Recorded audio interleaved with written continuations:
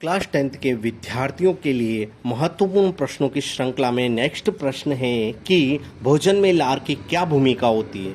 तो लार में टाइलिन नामक जो एंजाइम होता है वह पाचन का कार्य करता है और मंड को माल्टोज में कन्वर्ट कर देता है।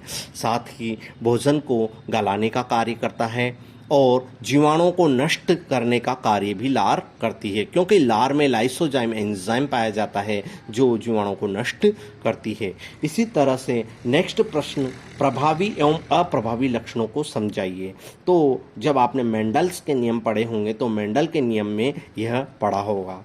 तो यहाँ पर हम शॉर्ट में डिस्कस करेंगे कि जब एक जोड़ी विपर्ययी लक्षणों वाले समयुग्मजी शुद्ध पौधों का क्रॉस कराया जाता है तो जो F1 पीढ़ी में आपको लक्षण प्रकट होते हैं, अभिव्यक्त होते हैं, उसे प्रभावी लक्षण कहते हैं। देखिए दोस्तों, आपने जब F1 पीढ़ी में टी बड़ा टी और छोटा टी लक्षण प्राप्त हुआ होगा जिसमें सभी पौधे लंबे दिखाई देते हैं परंतु वास्तव में उसमें बोनापन भी छुपा हुआ होता है, तो ऐसे लक्षण प्रभावी लक्षण कहलाता है। तो आपको एग्जाम में लिखना है F1 पीढ़ी में जो लक्षण प्रकट होते हैं उसे प्रभावी लक्षण कहते हैं और जो अभिव्यक्त नहीं हो पाते व्यक्त नहीं हो पाते वह अप्रभावी लक्षण कहलाते हैं। F1 पीढ़ी में जो लक्षण प्रकट होते हैं, पीढ़ी में प्रकट लक्षण डायरेक्ट लिखोगे आप प्रभावी लक्षण कहलाते हैं। और F1 पीढ़ी में जो लक्षण प्रकट नहीं होते अप्रभावी लक्षण कहलाते हैं। अप्रभावी लक्षण कहलाते हैं। इसी तरीके से हम नेक्स्ट जो इम्पोर्टेंट प्रश्न के बारे में चर्चा करते हैं। तो एक संकर एवं द्विसंकर में प्रारूप में लक्षण प्रारूप अनुपात क्या है।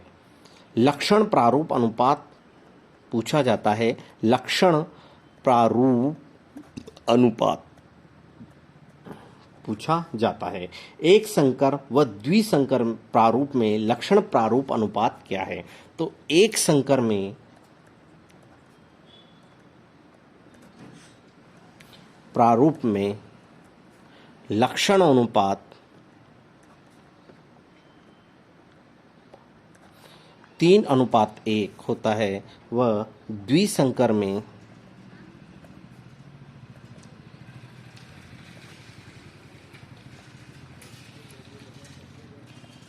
अनुपात 9:3:3:1 होता है। दोस्तों ध्यान रखना, यहाँ पे लक्षण प्रारूप अनुपात आए तब ये लिखना है और जीनी अनुपात अलग होता है, वह नेक्स्ट प्रश्न में डिस्कस किया जाएगा।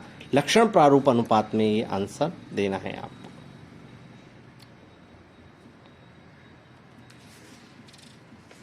थैंक यू दोस्तों।